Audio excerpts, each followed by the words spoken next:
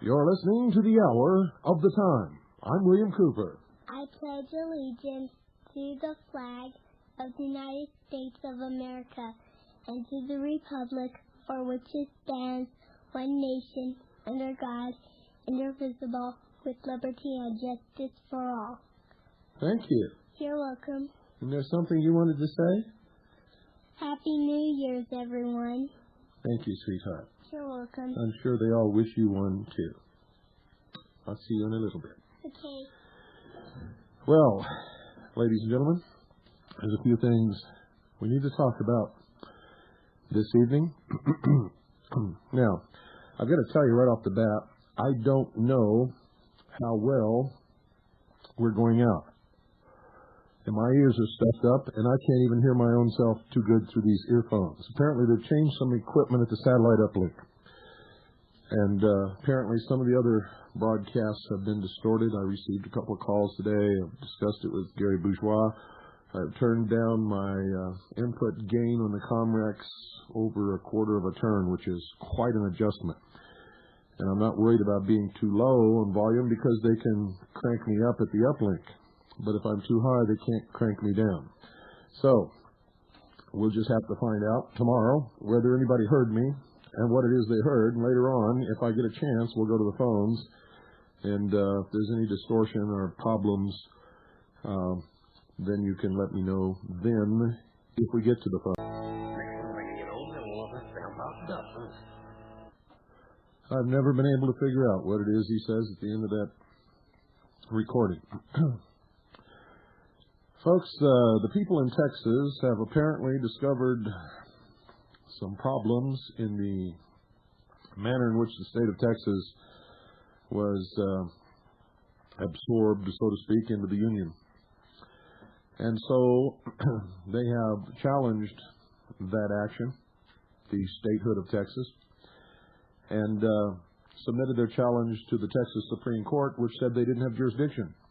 If they don't have jurisdiction, I'm sure in the world don't know why that wouldn't be a beginning place. I don't know why the Supreme Court of Texas tossed it out. They didn't toss it out. They said they didn't have jurisdiction is what they said. So a group of people in the state of Texas have declared themselves separate from the Union and have established a transitional government of the Republic of Texas. And I have a whole fistful of documents here. But there's something really wrong with this. Now, don't get me wrong, I wish them well. If it's really true, and if they have the law on their side, and if they have a strong militia that's willing to enforce what they're doing, in case somebody comes and tries to slap them down, then I wish them well, and would help them in any way that I could. But there's something really wrong with this. And they've established an embassy. They've established a capital. They have a president, a vice president, a treasurer, a secretary of state, and all of those things. And they have executed all these legal documents. Document number 1 is a declaration of perfection of the transitional government of the Republic of Texas, dated December 13th, 1995. The first sentence came to be heard in accordance with the laws of nations and under provisions of its original and amended foundings. Under the common law is the law of the land, and after open testimony of expert witnesses and evidence in support, to perfect the reinstitution of the sovereignty of the soil of Texas under its lawful standings as the Republic of Texas, and to dissolve the military foreign government which has ruled over its soil since 1865. They're talking about sovereignty here, reinstitution of the sovereignty of the soil of Texas. That after properly certifying a quorum was present, the General Council of the Republic of Texas so convened a High Court of Admiralty under the common law of the nation for purposes of finally establishing its lawful standings as a nation and in its rights on the land eminent domain, ex rel, the people of the Republic of Texas. Therefore, the findings and judgment of this court under the laws of nations, that by this final act and declaration that the eminent domain on the soil of Texas is now hereby lawfully restored to the lawful government known as the Republic of Texas, and to the people of the Republic of Texas who so claim citizenship as the aggregate sovereign body both individually and collectively, executed this the 13th day of our Lord in the year 1995. The president, I guess, is John Craig Van Kirk. I don't know if they held elections or what. And I don't know how they decided what would be a legal election because, well, I just don't know how they did that. I don't even know if they did hold elections. Vice president is Roger Gary. Secretary of Council is Ruth Klaus. Treasurer, Darrell Dean Franks. Auditor is Coolidge Gerdes. Secretary of Defense, Archie Lowe, and I hope he has a good defense, and I mean a real good military organization to defend what they're doing, because they'll need one probably. Secretary of Plans, Powers, Constitution, and Convention, Donald Joe Varnell. Consul General, Robert Taylor. Secretary of Judicial Affairs, Tim McMahon. Secretary of Agriculture, Environment, and Community Survivability, whatever that means, Alan Thorne Bacon. Secretary of Commerce and Trade, William Johnston. Secretary of Science and Technologies, David E. Carney. And I got to tell you, I really hope that they can get away with this in some way. And if they're doing this really legal, and if they've really done their research, and they can establish their points in law, and if the Texas Supreme Court really did say they don't have jurisdiction, that gives them a lot of credibility, whether you realize it or not.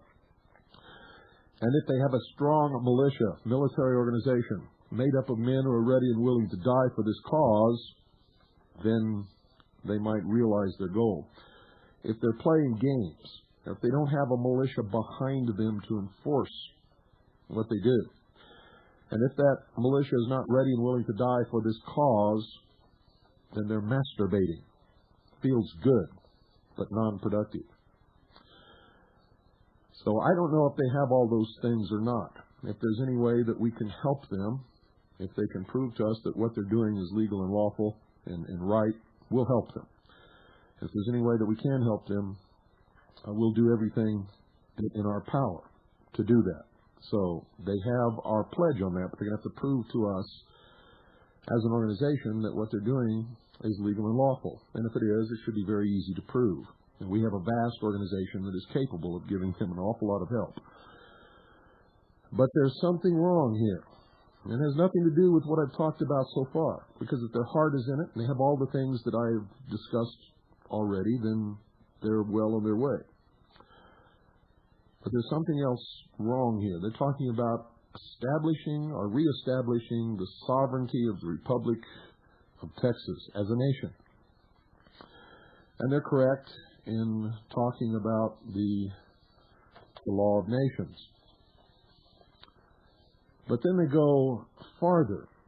They are submitting documents, papers, from the Embassy of the Republic of Texas to the Registrar of the International Court of Justice, Jean-Jacques Arnaldez, Deputy Registrar in The Hague.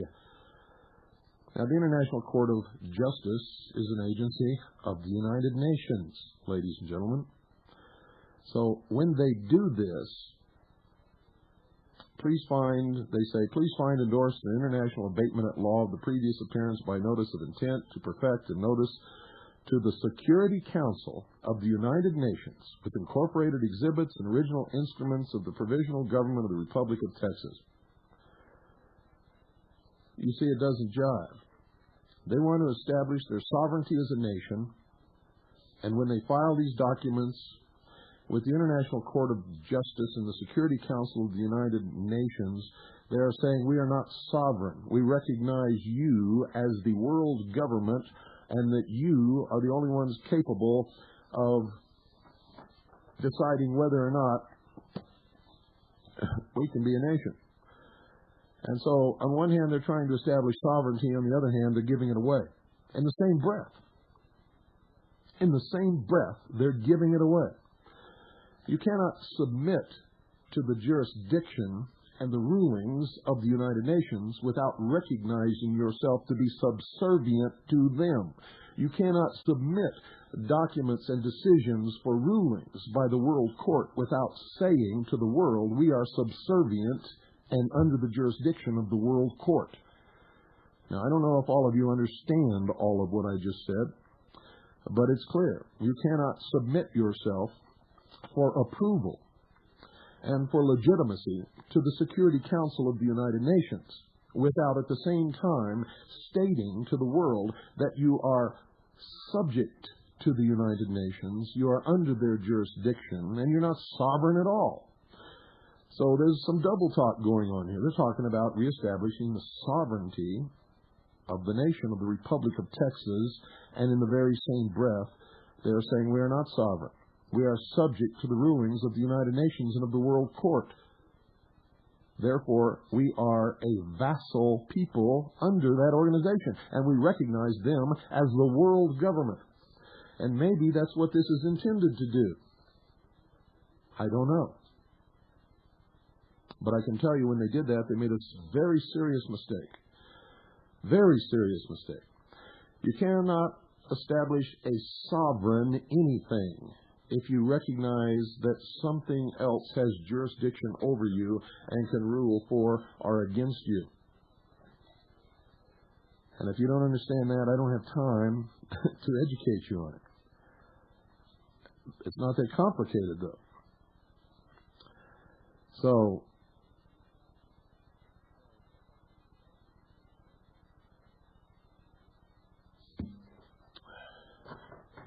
listen to this. This is one of the documents. Which document is it? Let me see if I can see which document this is. This is document number 4. The Republic of Texas submits an international abatement law of previous appearance by notice of intent to perfect notice to the Security Council of the United Nations. And it goes through all this legal stuff here, which, if they're submitting to their jurisdiction, is necessary. It says, under the law of nations, which is the foundation on which the Republic of Texas was founded, it has now reclaimed its right to self-judgment and determination under international law. Thus, the international political question is now moot and held res judicata and estoppel, reverting the full eminent domain and authority of the soil of Texas back to the Republic of Texas, ex rel, the people of the Republic of Texas. Now, listen to this. The common law has been restored by the lawful reinstitution of the sovereign nation of the Republic of Texas by and through its provisional government, thus dissolving the foreign military jurisdiction of the United States, which has controlled its territory and citizens since 1865, and thus certifying the February 2nd, 1861 resolution dissolving the Commonwealth holding instituted by the March 1st, 1845 resolution between the Republic of Texas, its people, and the United States of America. Notice of execution to the Security Council of the United Nations. The Republic of Texas, by this instrument, officially serves notice upon the Security Council of the United Nations that it expects that body to inform its members that the United States of America is expected to comply with the law of nations and honor its only lawful standing treaty with the Republic of Texas, perfected on October 13, 1838. After this notice, a copy of this document will be served on all foreign entities operating on the soil of Texas, thus beginning the process of relinquishing all operations and easements over to the government and the people of the Republic of Texas. Executed this the 18th day of December, 1995, in conformance with the directive issued by the government of the Republic of Texas. So, they're submitting themselves to the World Court and to the Security Council of the United Nations.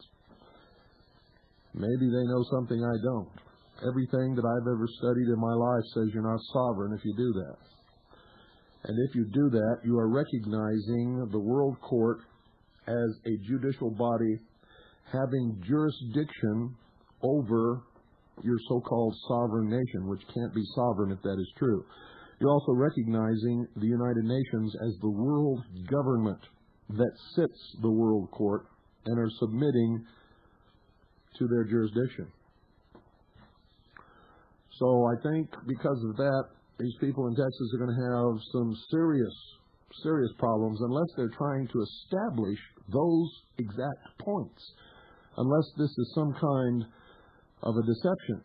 And I don't know if it is or not. I know some good people who believe in this or who are involved in it. They're not the leaders of it, and so wouldn't know if it was a deception or not, and they're not as adept at these things as I am and some of the other people that have studied the law are. I also know that if they don't have the full support of the majority of the population of Texas, this ain't gonna fly. My sister lives in Texas. My mother and father live in the state of Texas. I know hundreds of people who live in the state of Texas. Everyone that I've talked to who are not in on this thing never heard of it. They tell me that they don't want these guys taking the state of Texas out of the Union.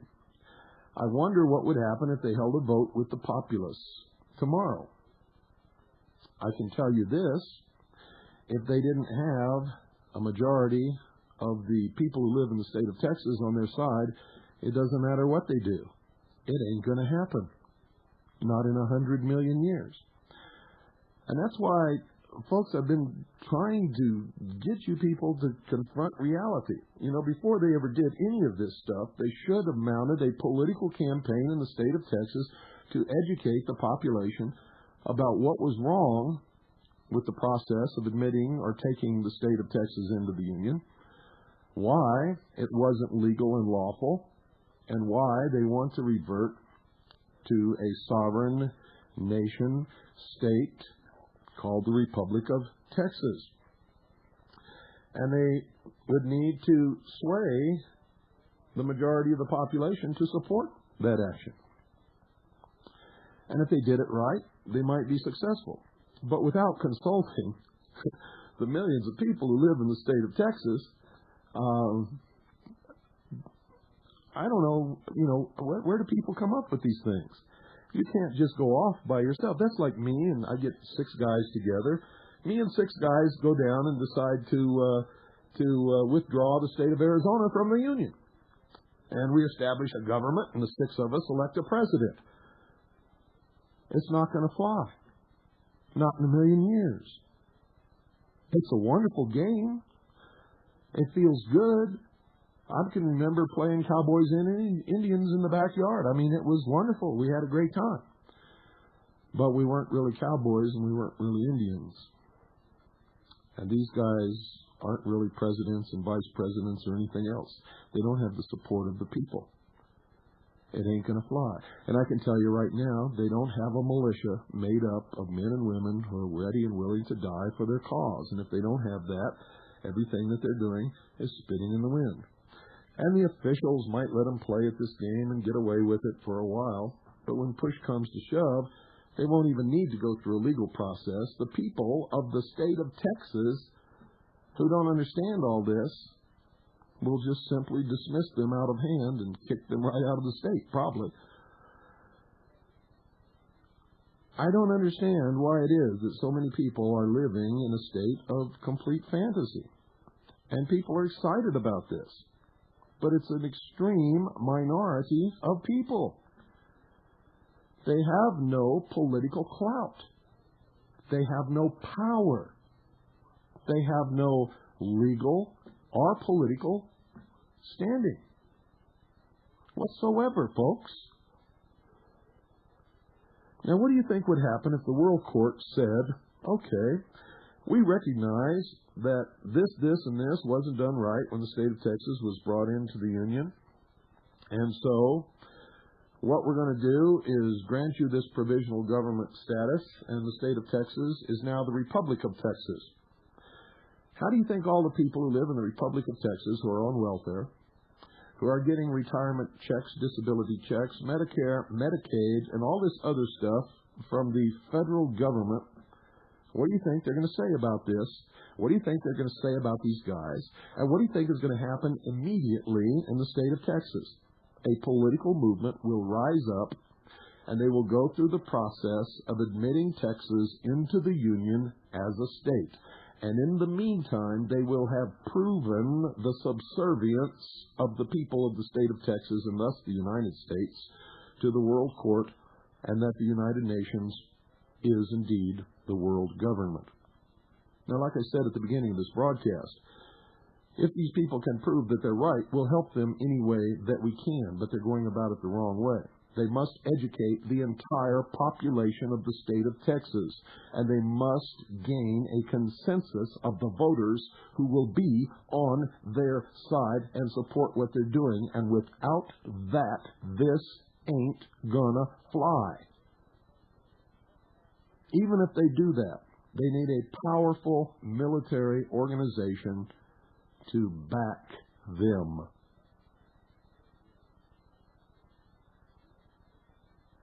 You see, even if it goes through, even if the world court says, yeah, you're the Republic of Texas and you're not a state of the United States, the people in the state of Texas aren't going to buy it. They're not going to accept it.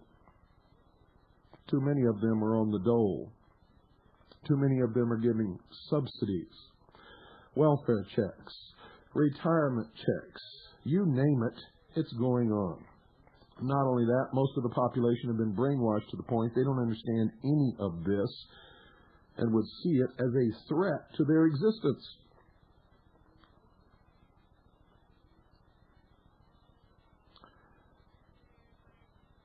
So it's interesting, I can tell you that. And like I said, I hope that they can sincerely pull it off.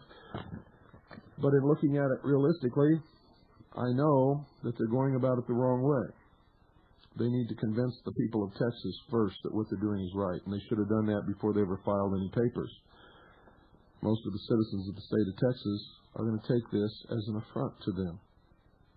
Nobody asked them anything about it. And I'm sure it's appeared on the local news, and I'm sure the news broadcasters down there have sort of poo-pooed it and made fun of it, and I'm sure there's been some stories all over Texas about it. But I can assure you, from my contacts with the people in the state of Texas, nobody takes it seriously. Most people have never heard of it. They don't believe it when I tell them that it's happening. And if I try to convince them, they say, well, I don't care. I'm a United States citizen, and they can do whatever they want to do. The state of Texas is the state of Texas of the United States. And this kind of stuff goes on throughout the so-called patriot movement. And it drives me absolutely up a tree. Let me tell you something. You can't play with the real world like you do in your backyard when you play cowboys and Indians. The real world says if you don't have political support, you're not going to succeed. All of you in this common law court movement, I think it's great if you can establish a court. I think it's great if you can get back to the common law. I think it's wonderful if you can get people to come and argue their cases in your court, and that you can make rulings that are legally binding, and that you have law enforcement people who will enforce your rulings. But you don't. So you're playing games. And they will let you get away with it until you become some kind of a threat to the establishment, and then they'll do to you what they did to the common law court in the state of Florida. They'll simply come in one day and take everything and take you and lock you all up. And you may fight it for several years, and you may get your stuff back, and you may get out of jail, and you may not ever get convicted of anything, but what have you gained? Tell me, what have you gained? You have no standing.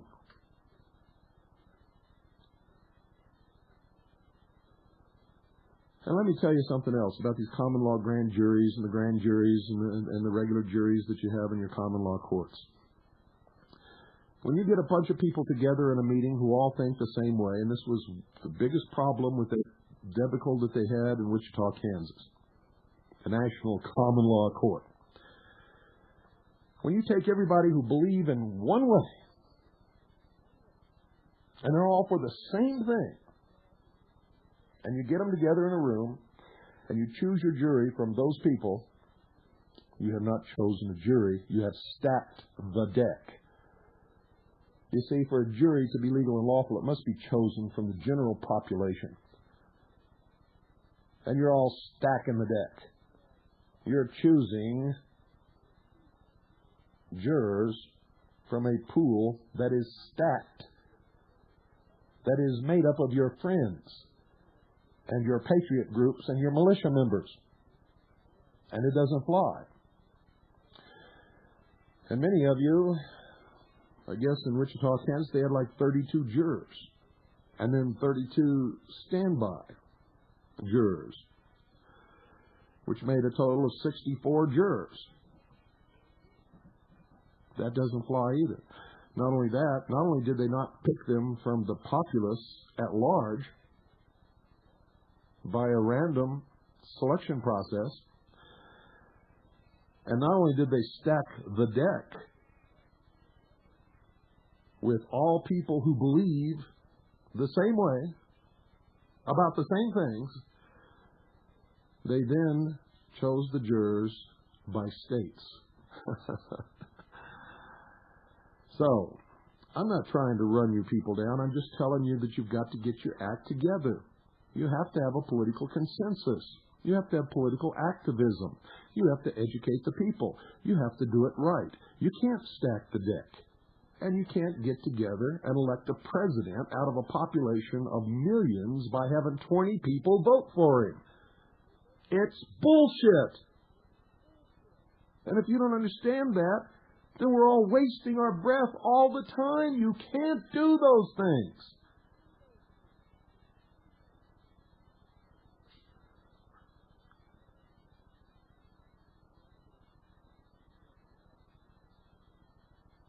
It has to be done properly.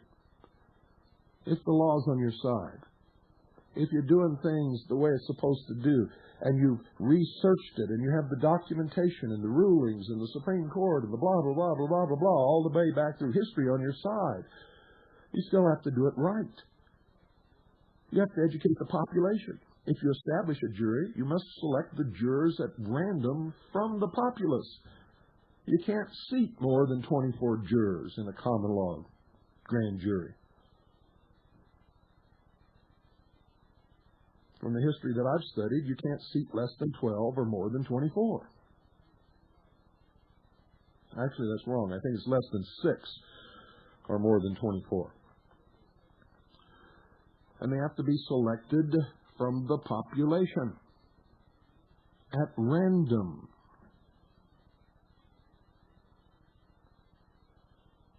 Otherwise, you've stacked the deck. You can't submit a population of millions without their knowledge or consent for a ruling to a world court.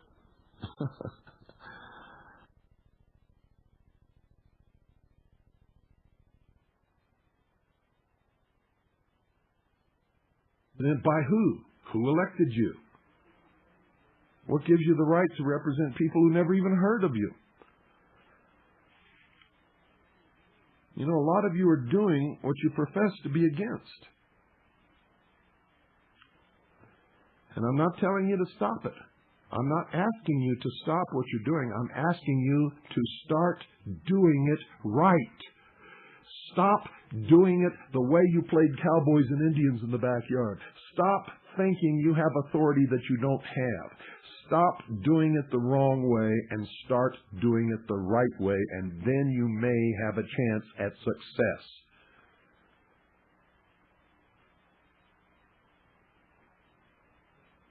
In Wichita, Kansas, in this national grand jury where they had these 64 members of the jury, and they elected a clerk of the court, as soon as the clerk of the court spoke up and brought their attention to something they were doing wrong, they kicked the clerk out. This is insanity. Total insanity, folks. After we come back from the break, we'll go to the phones. See what you think about all of this stuff.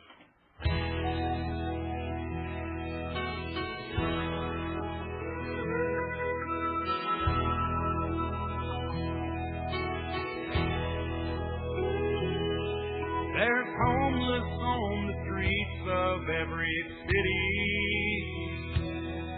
Big The Hour of the Time, as always, ladies and gentlemen, is brought to you by Swiss America Trading. I just heard from Annie that there's some noise on the satellite. I don't know what it is because it can't possibly be coming from here. She said the sound is not distorted. Sounds good. And so we'll just continue with the broadcast, and maybe tomorrow we can figure out what's going on. Apparently they've installed some new equipment at the uplink. Some of it isn't right, and supposedly it's supposed to be fixed tomorrow. We'll find out. So I apologize for the noise or static or whatever it is that you're getting. As long as you can hear me clearly and undistorted, though, that's really the main thing. If you'd like to get your hands on some real money, and I hope that all of you would like to do that, to protect your assets by purchasing some non-reportable, non-confiscatable hard assets, which under the law is known as real money if it's in a specific form, weight, and purity of metal, specifically silver, or the equivalent value in gold. Swiss America Trading deals in real money. They'll help you. They even have the rarest metal of all. Or not the rarest. There are rarer ones, but platinum, you know, is about 18 times less plentiful than gold. And right now the price of platinum is very close to the price of gold, and that's extremely unusual. It should not be that way for something that's 18 times as scarce. So platinum right now might be, I'm not saying that it is because I really don't know that much about it, but it might be a good investment in the form of coin. Some nations mint platinum as coin of the realm. So if you're interested in any of this, or if you're just interested in precious metals in general, call Swiss America Trading. Tell them that you're a steady listener to the Hour of the Time, and I guarantee you'll get red carpet service. And while you're at it, thank them for sponsoring this broadcast, because if they didn't, you wouldn't be hearing it most likely. So call now, 1-800-289-2646. Talk to Frank. Frank will help you out, and I believe in loyalty. Frank's spending a lot of time with this broadcast, helped me out when I'm sick, and you're going to be hearing him every Thursday night. I don't know what happened last night. He was supposed to be on, and he wasn't here. But I haven't had time to call him either.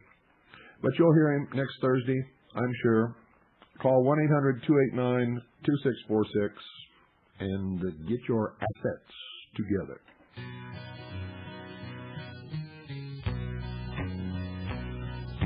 people, I think it's time we stop this running around. This world is going too fast and we'd like to slow it down. Don't let them talk you into doing what you don't want to. Just learn to say no and learn how to refuse. 'Cause you don't owe nobody nothing except God above.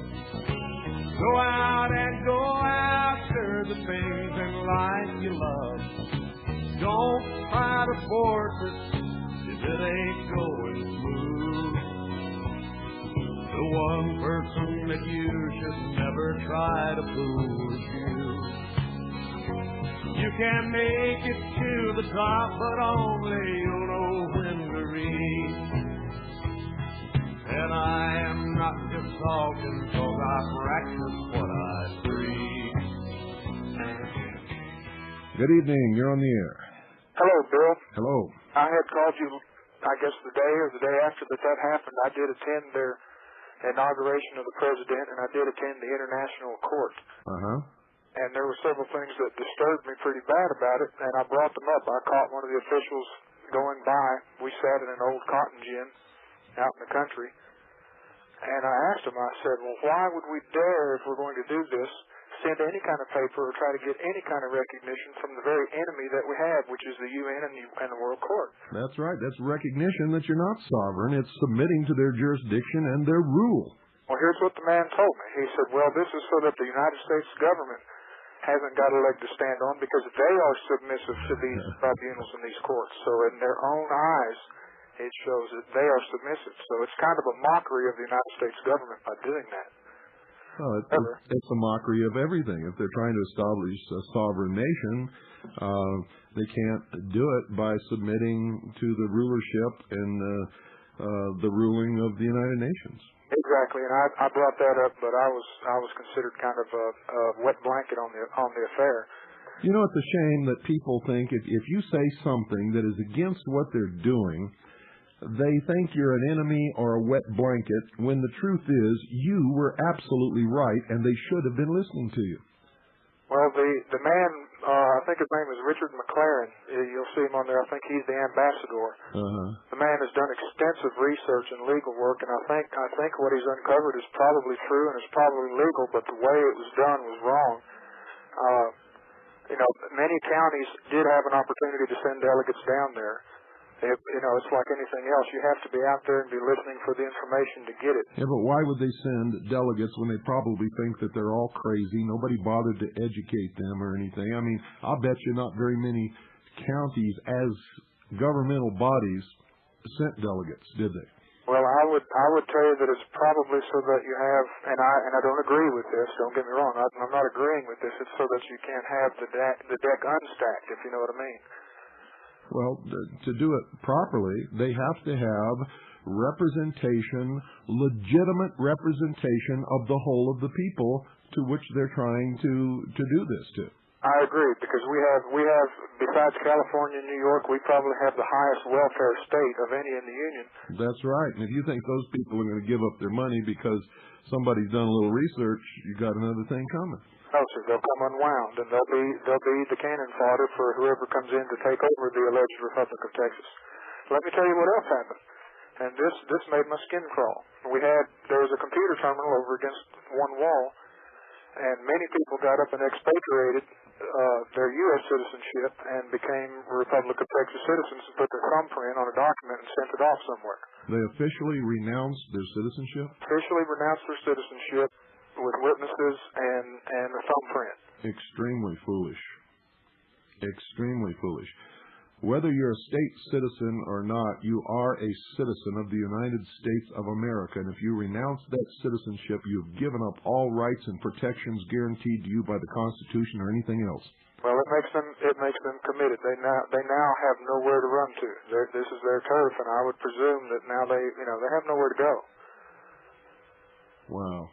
Now, here's another thing that you'll find interesting, and this is, I personally believe that the freedom of this country was overthrown with the Constitutional Convention in 1787. You're absolutely correct. They weren't representing the people. Right. And the contract was never signed. It was only witnessed.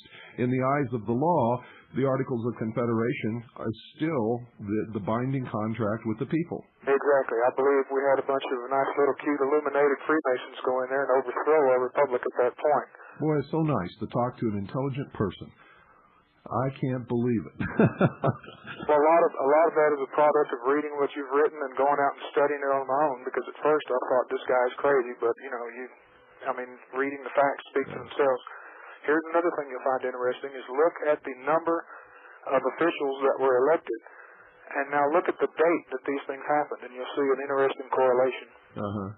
You see what I'm talking about? Yeah, I know exactly what you're talking about. Why don't you elaborate on that so that our listeners will know?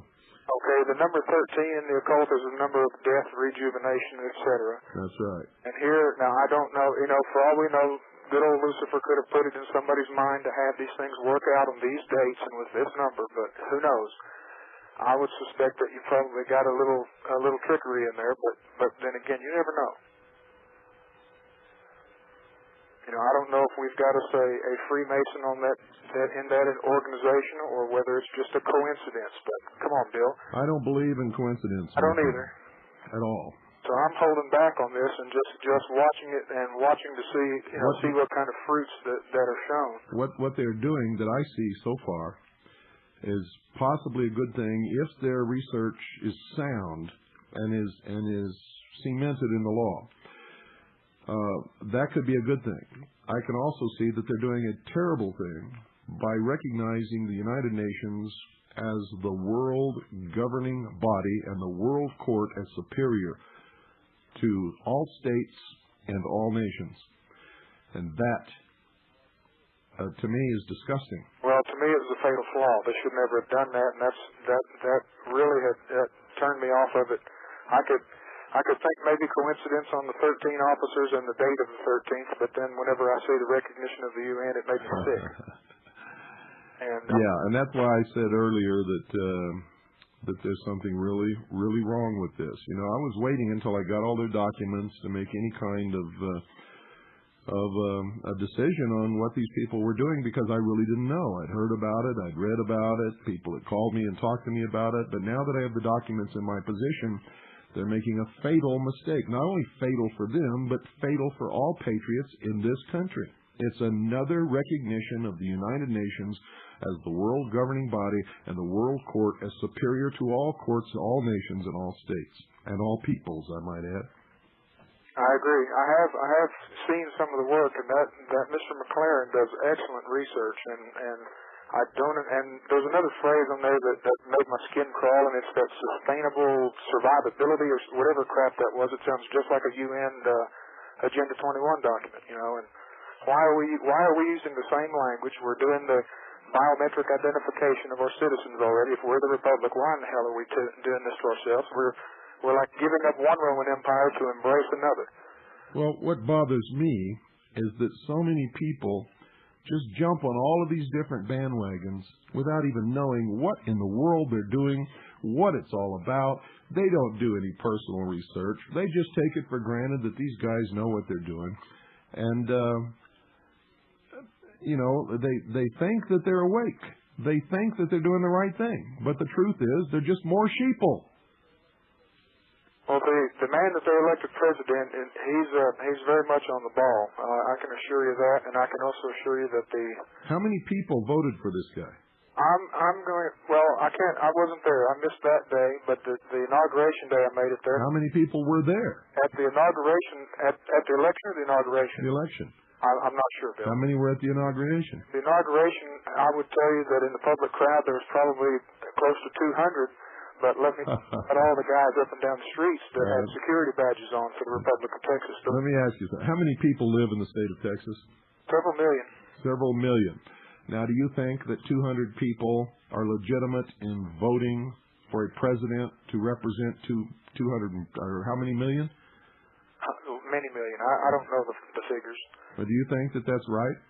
No, just like I don't think the Constitutional Convention of 1787 was right. It was the same trick. It was the same thing. That's exactly correct. And I hate to say it, but folks, we've done the same thing here that we're against. And I think perhaps we can, you know, maybe their intention is to educate more people to pick up steam to carry the thing over the top, but what we did was still wrong. It was no different than what our enemies do. It was a cabal affair. Yeah. Well, I'm not, you know, like I said, I'm not telling anybody to stop. What I'm saying is turn around and do it right. Well, I think their intentions are good. I think it may happen that way, but I'll tell you this, Bill, I'm not going to go put my thumbprints on a piece of paper here to get a driver's license, and I'm damn sure not going to go put my thumbprints to get a Texas passport. Smart man. No more. You know, I've been a fool long enough, and I'm not going to play it anymore. Good for you. Okay, thank you for calling. Okay, bye. 520-333-4578 is the number. Good evening, you're on the air. Hi, Bill, how are you? Good. Yeah, it's Lee and Jean giving a call. From the way cold north. Been noticing a trend that's been occurring here concerning this common law. And we've been researching it for a couple years now. And James Madison was very clear on why written constitutional law was needed. He stated that common law does not protect freedom of assembly, of religion, or of speech. That's right. The common law, regardless of what everybody has been teaching you, was the law that the king accepted for the rulership of the people who existed beneath him and beneath his people, his lords and the dukes and all of that kind of thing. Right. And they had two different courts. They had the court of lords and they had the court of kings. And nobody was really free back then. They say that the common law is the law for free men. The common law was developed when nobody was ever free. Right. We've done a bit of research. One of the books that's very interesting on the topic is The Bill of Rights by Irving Brandt. It was published by the New American Library in 1968, and they did a very good analysis on what happened with William Penn in England and why he was taken to trial under the common law there, and he asked for an example of it in writing, and they could not produce it for him. He was convicted and exiled because of his religious views. One of the things that we've noticed, we've been reviewing many of the common law documents that are being produced, such as what came out of the Kansas City event that happened last year. And there is... Was it Kansas City? It was Wichita. Yeah, Wichita, Kansas. Mm-hmm. And there was quite a bit of religious language in there, which would again be apparently trying to establish a Christian nation. Yeah, some form of state religion. That's exactly what they're doing, and it's wrong, and it's not going to fly. Right, because we will never get any consensus across this nation for the establishment of any particular religion. The day that you do, they'll start burning people at the stake again. Yeah, exactly right. Constitutional law. We have to have constitutional courts and constitutional law. The current courts we do have, these admiralty courts, are very unconstitutional. But again, if we go and try to establish common law courts, we're going back into some form of theocratic government. It's feudal law is what it is. Yeah, and it will be just as anti-freedom as what they're trying to replace, which currently is in effect also, which is, again, very unconstitutional law. Yeah. Has anybody been out there looking at establishing constitutional courts instead of these common law courts? Let me tell you something. People are doing so many different things all over the place, most of them not doing it right, whatever they're doing. Some people, in some instances, are doing a lot of things right, but they're a very small minority. And the rest of the people are doing things, there's also a section of people that are doing everything wrong, guaranteed to get them in deep trouble. So exactly, that's why I was wondering when you were reviewing the stuff from Texas tonight, I see this combination of acknowledging the United Nations as some form of world government, which I absolutely am against, and then they're also tying in common law. And it's like, it almost seems like these people are looking to create some form of disaster for the people of Texas. Well, I don't know how it's all going to turn out. I don't have a crystal ball, and I don't really know enough about what they're doing to make any kind of prediction. I can just tell you that what they're doing is wrong. Yeah, absolutely. That's what I can tell you, and I can tell you that with absolute certainty beyond any shadow of a doubt. We really do need to look at setting up constitutional courts and procedures and to get out from under this continuous state of national emergency, which is really running still. And we're going to have to do it in such a way that the average American will be able to comprehend what we're doing and not look at it and say, okay, this is some bunch of religious nuts trying to take over the country in the name of whatever church it is. Well, until we gain control of at least one of the major media outlets, that's never going to happen, I can assure you right now. That's why I started Veritas, and it's growing by leaps and bounds. But it's going to take a long time before it competes with the New York Times. And at one point, a couple of years ago, I tried to get people interested. They kept complaining, the media's controlled, the media lies to us, the media's brainwashing us. Okay, what's the answer to that? Buy the media. We had a stock program going. We were going to take over a major media corporation in this country and turn it around and force them to tell the truth. And if they didn't, we'd fire every executive in the company. But guess what? Yeah, we followed the whole thing with Gannett, and all these people who complain about the media being controlled wouldn't take some money out of their pockets and buy the stock. Right. You know what's so frightening is people that want to restore the constitutional American United States. The people that want to do that are being almost turned off because of all the different angles that are being promoted that are non-constitutional, such as the racism, the sexism. You've dealt with the racism. I've dealt with it, the sexism. We've dealt with that, too. Like I said last night, we have some extremely high-ranking women in the Second Continental Army of the Republic. Oh, yes, that's excellent. If we're ever going to gain the popular support of Americans across the nation, we have to establish the fact that we are reasonable, logical, non-fanatical people. We are absolutely bound by the Constitution and what it means, and that we are firm in our principles. And until this occurs, the media is going to just thrive. The crazy people on the networks and everything else will just eat up anything that comes along in order to make it look like it's bad. I was reading a news... Well, they'll do that no matter how together and how right you are. Right, as an example. You have to own your own segment of the media. Right. The press is not free. The media is not objective. They promote the agenda of the owners. Oh, absolutely. Well, one of the things that was going on, too, that's really scary is the environmentalist movement is now apparently launching a campaign to discredit militias. Picked up a copy of what's called Great Lakes United today. Let them. Even liberals don't like the environmental movement. Right. But who cares what they do?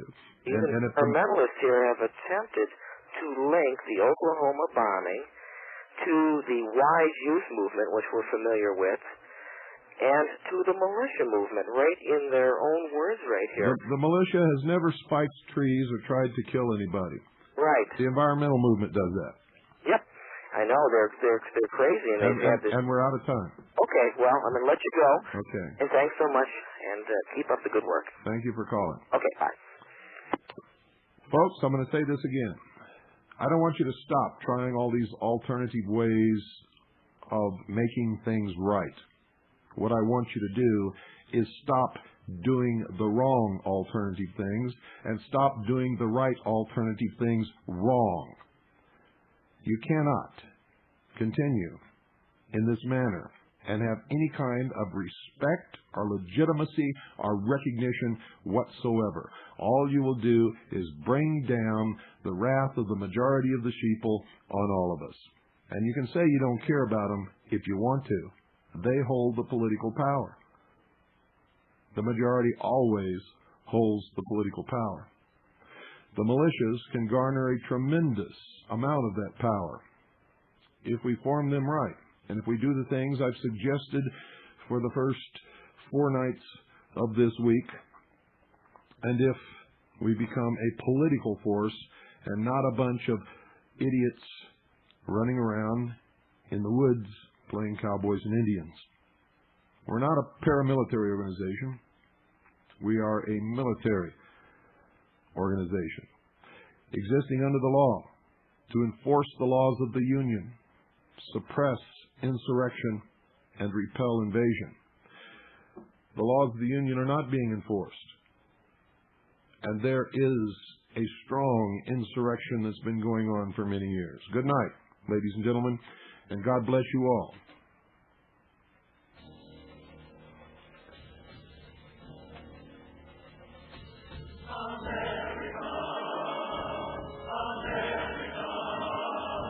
And the dream